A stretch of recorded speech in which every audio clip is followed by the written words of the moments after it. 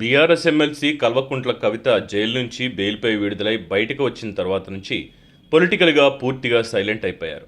ఎక్కడా ఆమె హడావిడి కనిపించడం లేదు. పొలిటికల్ స్టేట్మెంట్లు ఇవ్వడం లేదు. రాజకీయంగా పూర్తిగా సైలెంట్ అయిపోయారు.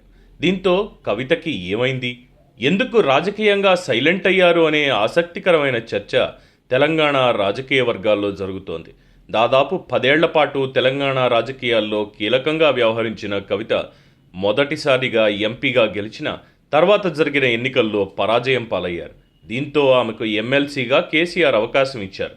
అయితే ఢిల్లీ లిక్కర్ స్కామ్ వ్యవహారంలో కవిత అరెస్టు కావడం, నెలల తరబడి జైల్లో ఉండడం మనందరికీ తెలిసిందే. ఎంతో న్యాయ పోరాటం తర్వాత ఇటీవలే బెయిల్పై బయటికి రావడం జరిగింది. జైల్లో ఉండగానే ఆమెకు అనారోగ్య సమస్యలు తలెత్తడంతో బెయిల్పై విడుదలైన తర్వాత పూర్తిగా విశ్రాంతికే ఆమె ఎక్కువ సమయం కేటాయిస్తున్నట్లుగా ప్రచారం జరుగుతోంది. తెలంగాణ ఉద్యమకాలం నుంచి కవిత తన తండ్రి కేసీఆర్కు చేదోడు వాదోడుగా ఉంటూ వస్తున్నారు. తెలంగాణ జాగృతి సంస్థను ఏర్పాటు చేసిన కవిత తెలంగాణ ఉద్యమంలో కీలక పాత్ర పోషించారు. ఇటీవల బెయిల్పై బయటకు వచ్చిన తర్వాత అరెస్టుకు కారణమైన బీజేపీపై రాజీలేని పోరాటం చేస్తానని జైలు నుంచి బయటికి వచ్చాక గొప్పగా ప్రకటించారు. కానీ దానికి భిన్నంగా ఆమె పూర్తిగా విశ్రాంతికే పరిమితమయ్యారు. తన తండ్రి కేసీఆర్ ఫామ్ హౌస్కు వెళ్ళి 10 రోజుల పాటు విశ్రాంతి కూడా తీసుకున్నారు. జైలులో ఉన్నందున కవిత ఆరోగ్యం క్షీణించిందని, అందుకే వైద్య పరీక్షల తర్వాత విశ్రాంతికే పరిమితమయ్యారనే ప్రచారం జరిగింది. తెలంగాణలో ఎంతో ప్రాముఖ్యం సంతరించుకున్న బతుకమ్మ పండుగకు కూడా కవిత దూరంగా ఉన్నారు.